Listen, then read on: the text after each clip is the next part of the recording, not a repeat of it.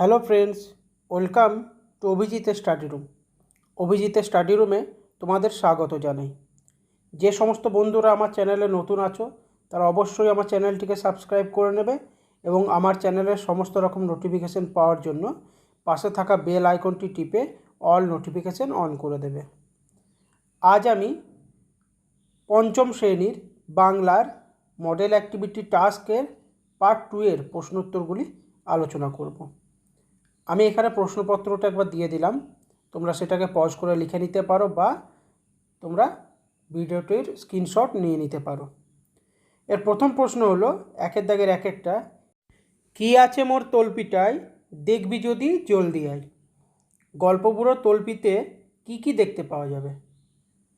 দেখো, গল্পগুলোর তলপিতে দত্তি, দানব, পক্ষীরাজ, রাজপুত্র, সার বাঁধা করির পাহাড়, চোখ দাঁড়ানো হীরামানিক লাল মানে সোনার কাঠি, ময়নামতির টলটলে জল, তেপান্তরের মাঠ, হট্টমেলার হাট, কেশবতী নন্দিনী, এইসব আজগুবি গল্পে ভরা আছে গল্পগুলোর তলপি।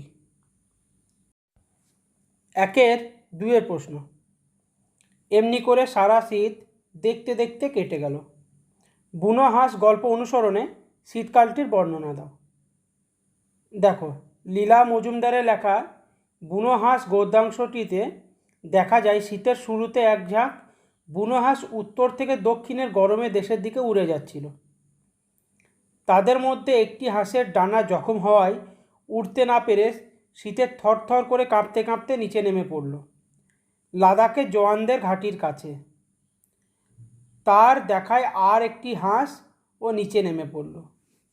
জখম হওয়ার হাঁসটির দুরবস্থা দেখে জওয়ানরা তাকে তুলে এনে তাদের মুরগির রাখার খালি জায়গাতে রেখেছিল। সারা শীতকাল হাঁস দুটি জওয়ানদের সাথে থাকতো আর জওয়ানদের ফেলে রাখা খাবার খেত। ধীরে ধীরে অসুস্থ হাঁসটি সুস্থ হয়ে উঠেছিল এবং এইভাবে শীত ধীরে ধীরে কেটে গরমকাল আসতে শুরু করেছিল। এইভাবে জওয়ানদের শীতকালটি কেটে গিয়েছিল। একের তিনেরটা, শুনেই হাবু বেজায় কাবু। কোন কথা শুনে হাবু কেন কাবু হয়ে পড়ল? দারোগাবাবু হাবুকে সব দরজা জানলা খুলে রাখার পরামর্শ দিয়েছিল। দারোগাবাবুর পরামর্শ অনুযায়ী জানলা দরজা খুলে রাখলে হাবুর 150 পায়রা উড়ে যেত। তাই দারোগাবাবুর কথা শুনে হাবু কাবু হয়ে পড়ল। ঝড় বাদলের রাতে সব শোনা যায়। কি শোনা যায় বলে বক্তার বিশ্বাস?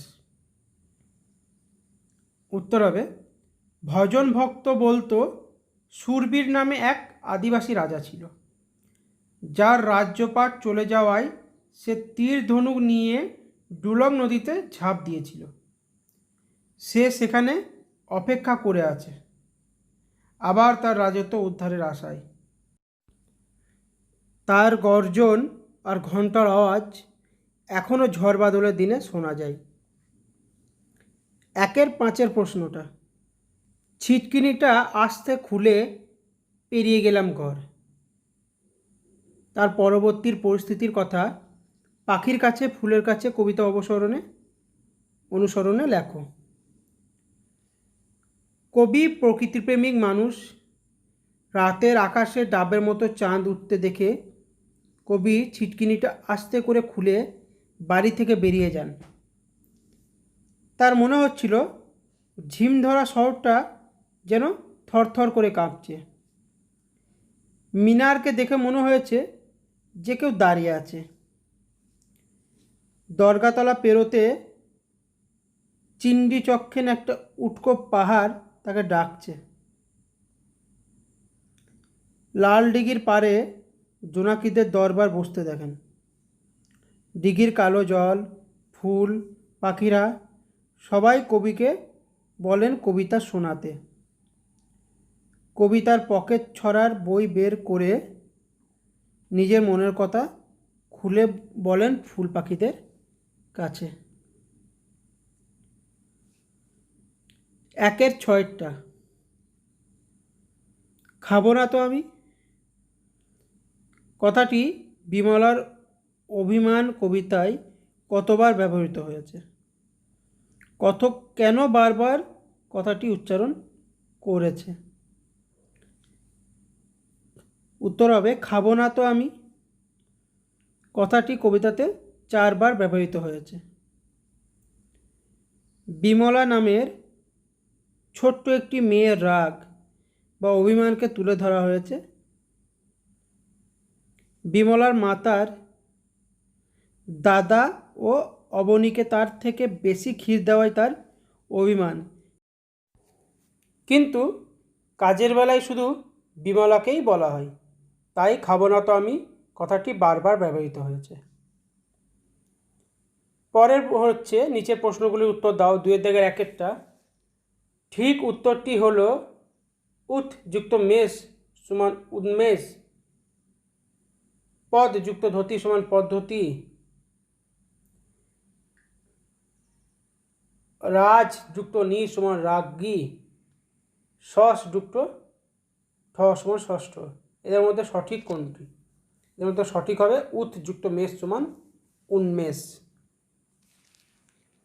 গাঢ় নীল আকাশ মাথার উপর, নিম্ন রেখাঙ্কিত পদটি হলো সকর্মক ক্রিয়া, নাম বিশেষণ, বিশেষণের বিশেষণ, ক্রিয়া বিশেষণ।